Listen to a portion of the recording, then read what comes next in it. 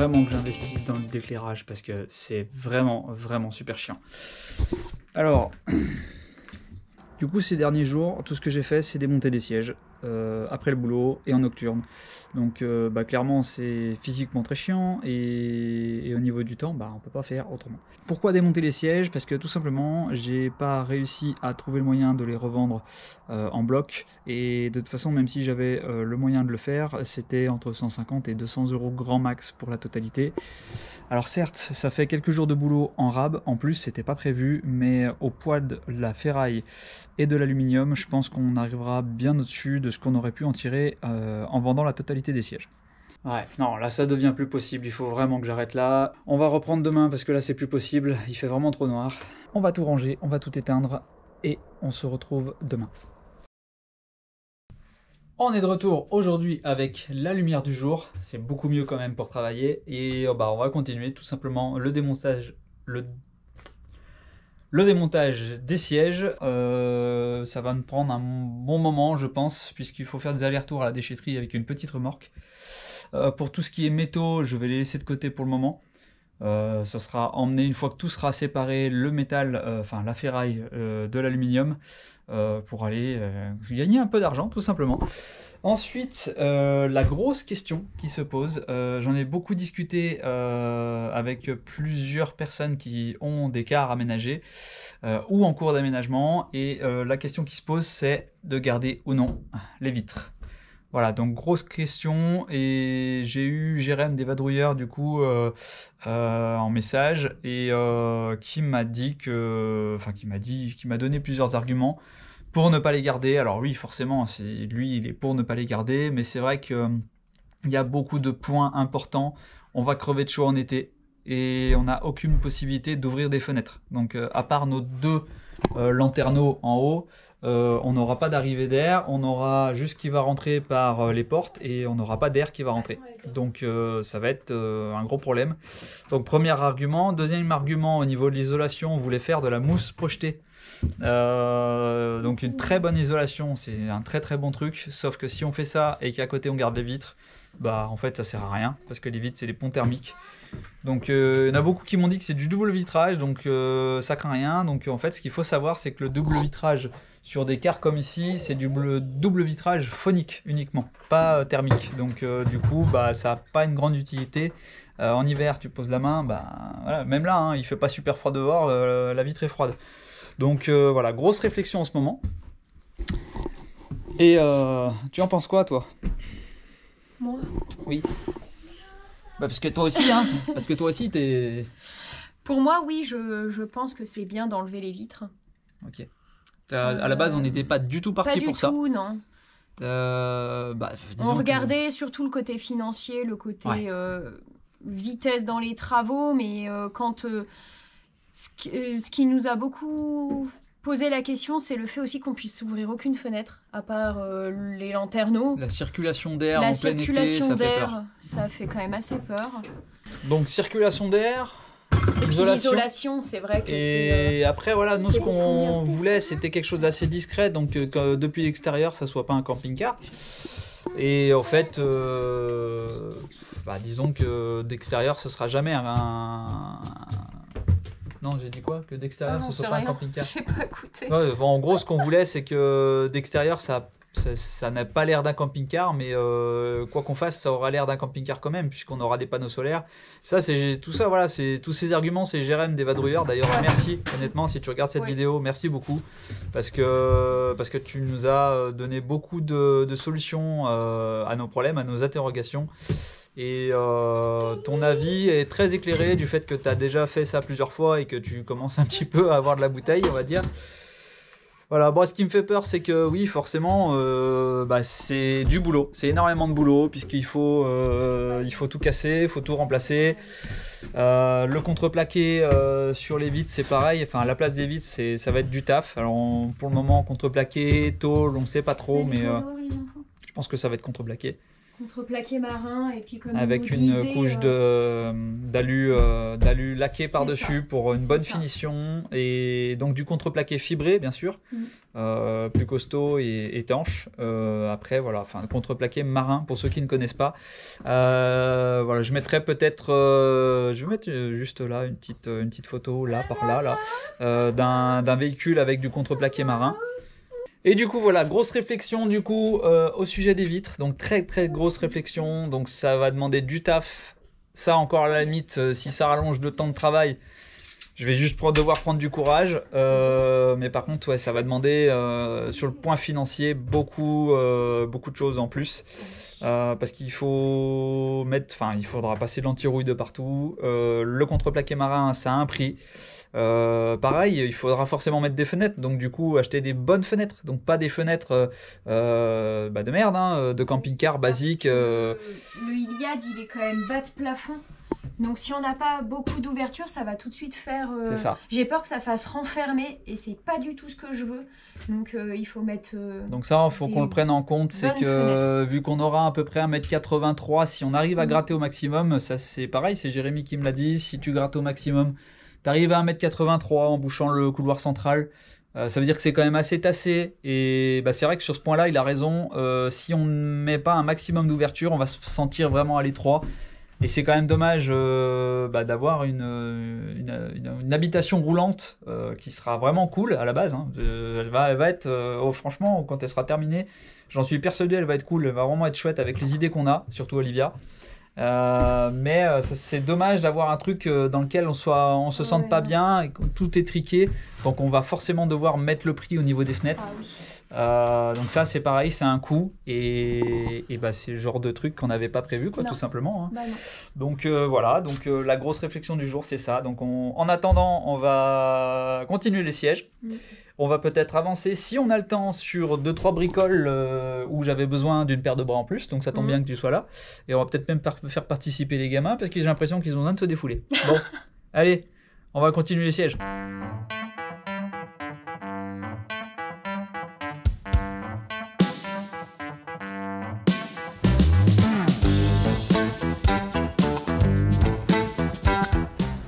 Bon, et ben on avance petit à petit, on va bientôt le bout. Là c'est la petite pause chocolat pour Olivia. Hein? Non rien, je disais que c'était la pause. C'est compliqué? Ouais. Donc bah, tiens, on va vous montrer comment on dit. Donc voilà, on enlève tout ce qu'on peut enlever en fait avec la péteuse, les vis du bras. Après il y a les deux assises en fait qui pètent toutes seules. Bah, au pire tu peux finir. Et après on a ça en fait, on récupère un siège comme ça, sans les incises, donc bien sûr il est fixé sur le châssis là, hein. Donc il y a 4 vis, on enlève les vis, on enlève du châssis, le châssis on le met de côté, on va séparer la ferraille de la vis.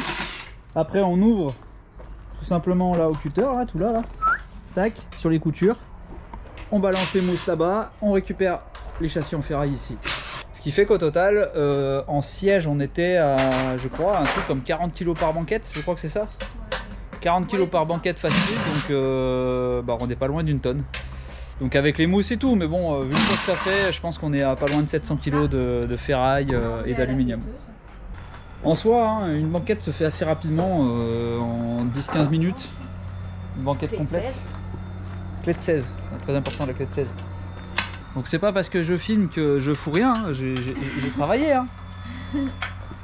La démonstration. Voilà. Je te laisse porter toute seule. Soulève. Allez, je vais te le tenir. Comme ça. Attends, je te le tiens. Voilà. Hop, Voilà. Voilà. Et après voilà. à la péteuse, Et là, on redémonte l'armature. Là, mon pied il a failli passer dessus. Oh, il y a une pièce de 5 centimes.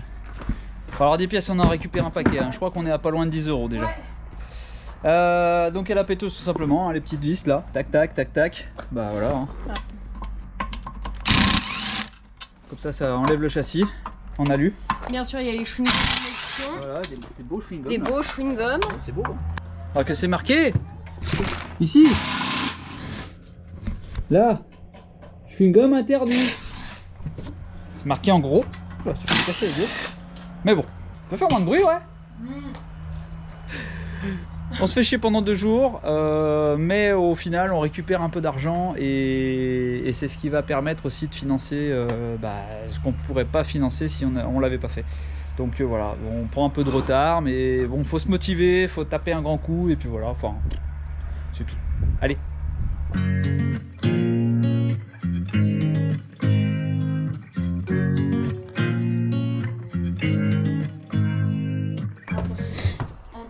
Parce qu'on ne pourra pas faire tout d'un seul coup, on en a tellement. Donc comme le dit Olivia, on va, quand on aura tout vendu, on fera un total de combien ça nous a rapporté.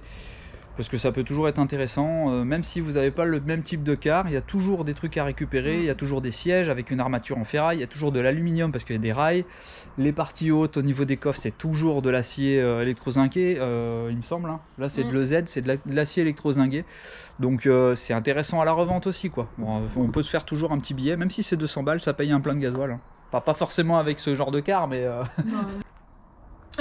Et là, les enfants, ils sont énervés. On va y aller tout de suite. Là, les enfants commencent à s'énerver. Ouais. Dans la première vidéo, je vous ai pas présenté en détail le car. Je vous ai d'ailleurs pas dit son nom. Ah bah tiens, on peut le dire maintenant son nom. Eh bah j'en sais rien. Comment ça, t'en sais rien? Parce que je sais pas si on prend Carmen ou Iris. Carmen? Bah oui. Non, je sais pas. Alors ouais, on nous a proposé Carmen, Hippolyte. Et il y avait quoi d'autre? Carmen, Hippolyte, non, il y en avait un qui était pas mal. Je me rappelle plus. Ah. Donc il y avait Carmen, Hippolyte, il y avait un quatrième, je me rappelle plus exactement ce que c'était. Il y avait Redbus, et il y avait Iris. Donc c'est vrai que si on regarde ici, là-haut là, hop, c'est un Irisbus. Irisbus. Iris, l'iris c'est une fleur aussi, Olivia était fleuriste avant, il y a un petit rapport et on trouve des iris de cette couleur là, donc 4 lettres aussi comme Sika, donc on était parti sur iris et du coup elle est en train de ramasser tous les petits déchets, ça c'est à cause des sièges, il y a plein de merde par terre, donc du coup, qu'est-ce qu'on dit? Moi j'aime pas trop Carmen. Hein. Moi j'étais partie sur Iris aussi. Et bah alors, on dit Iris. Allez, bah voilà, on vous présente Iris. Voilà, donc on vous présente Iris. La plupart de ceux qui ont des cars l'appellent avec... Enfin, lui donnent un nom masculin. Nous, on a décidé de... Non, c'est un car. C'est pas un bus. Un car, excuse-moi. Ah ouais, faut arrêter de dire que c'est un bus. Alors moi je faisais la connerie, c'est pas un bus, c'est un car. Donc voilà, Iris. Du coup, samedi, je vais revenir ici parce que là, là on est mercredi, donc demain boulot, vendredi boulot, hein, il y a des obligations. Samedi, je reviens là et je vais vous présenter un peu plus Iris dans les détails. Je vais vous ouvrir le compartiment moteur, je vais vous dire un peu plus en détail ce qu'on va faire. Et puis voilà, donc là on s'en va vite parce que les enfants s'énervent. Allez, ciao!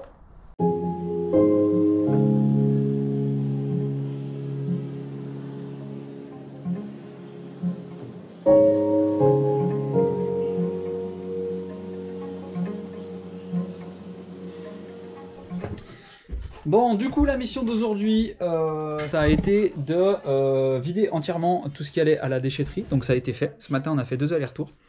Et là, on a passé un gros coup de nettoyage. Ce qui reste à l'intérieur, c'est les rails en aluminium. Et là, on va commencer à démonter ce qui reste au niveau des coffres ici. Maintenant qu'on a complètement débarrassé l'extérieur, on peut déjà un peu plus travailler, un peu plus circuler. C'est déjà plus simple. Et c'est un peu plus propre, c'est surtout ça aussi le plus important, que ce soit plus propre parce qu'on n'est pas chez nous. Ensuite, la deuxième chose très importante, c'est qu'on va être obligé de casser une vitre. Oui, on va être obligé de casser une vitre. Pour la simple et bonne raison que du coup on a pris la décision de ne pas garder les vitres. Pourquoi? Pourquoi ne pas garder les vitres? Alors, parce qu'en été, on va crever de chaud. En hiver, on va avoir froid. Même si on peut avoir un chauffage, même si on peut avoir une ventile, même si on peut avoir une clim. C'est pas ce qu'il y a de mieux au niveau isolation. Donc j'ai déjà dit, les vitres qu'on a ici, c'est du double vitrage phonique et non pas thermique.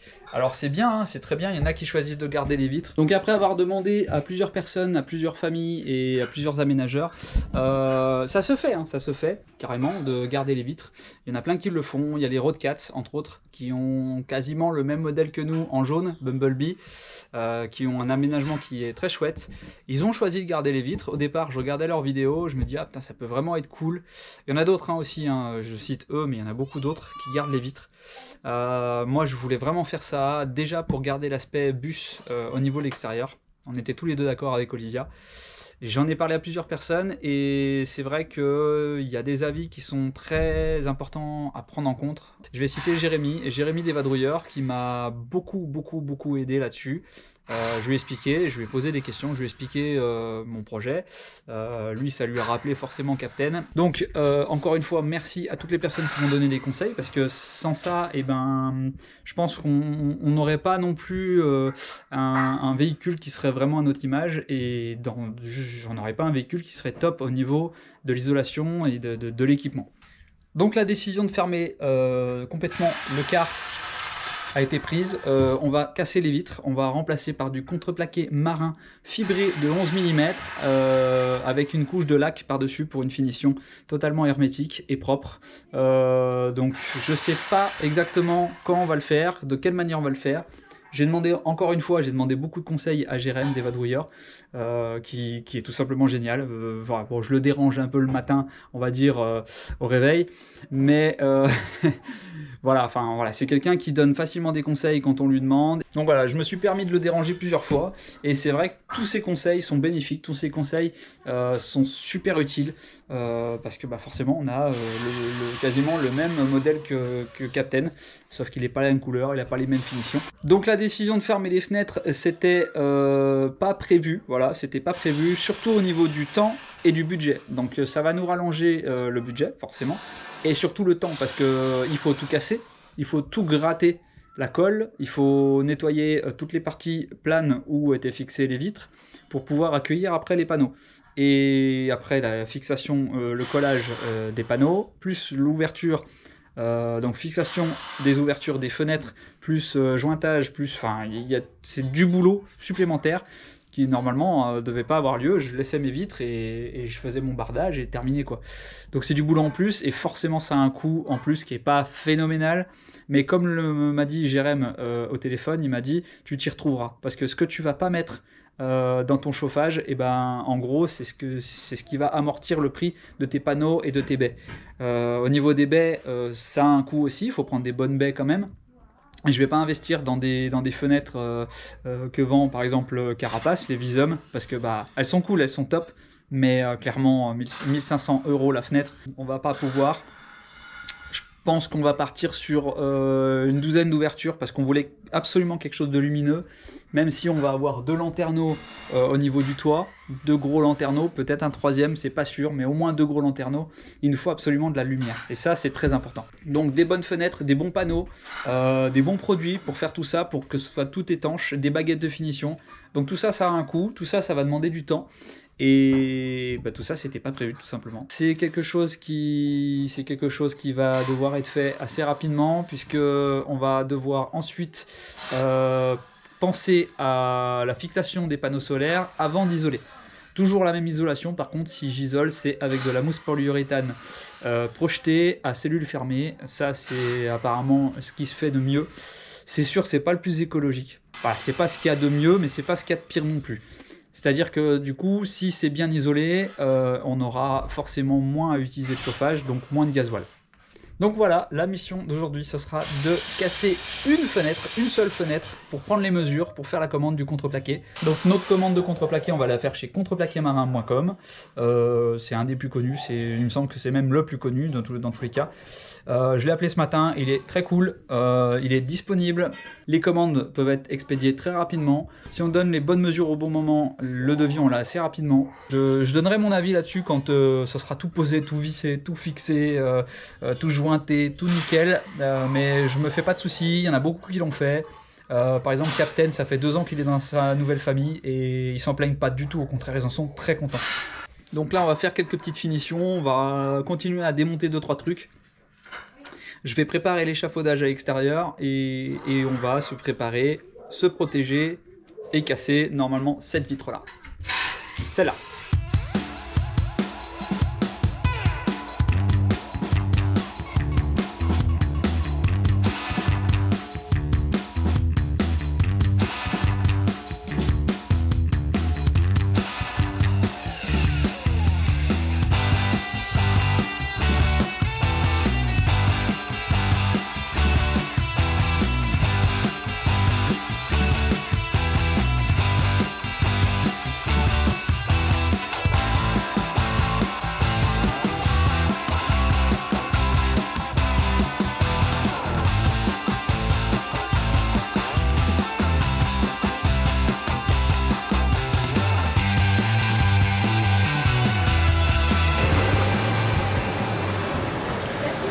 c'est une sacrée merde parce qu'on a quand même une bonne grosse quantité de joints. Là. Voilà. Et puis il va falloir nettoyer la colle. Hein, parce qu'il y a de la colle. Et il y a tout ça aussi là. On va falloir prendre la mesure dessus ici. Et il y a ça à enlever là-haut pour prendre la mesure. Donc bon. Ça va être assez chiant. J'ai perdu mes lunettes. Bon, ça y est, on a un petit peu avancé. Le beau-frère est venu à la rescousse. Et ça, franchement, quand il vient, ça se voit. Donc, on a retiré quelques bricoles. J'ai réussi à enlever les caches là qui étaient dessous en aluminium. Donc pareil, le beau-frère a trouvé la technique. Il les a tous tombés en moins de 3 minutes. Moi, ça faisait 2 semaines que j'essayais de les enlever.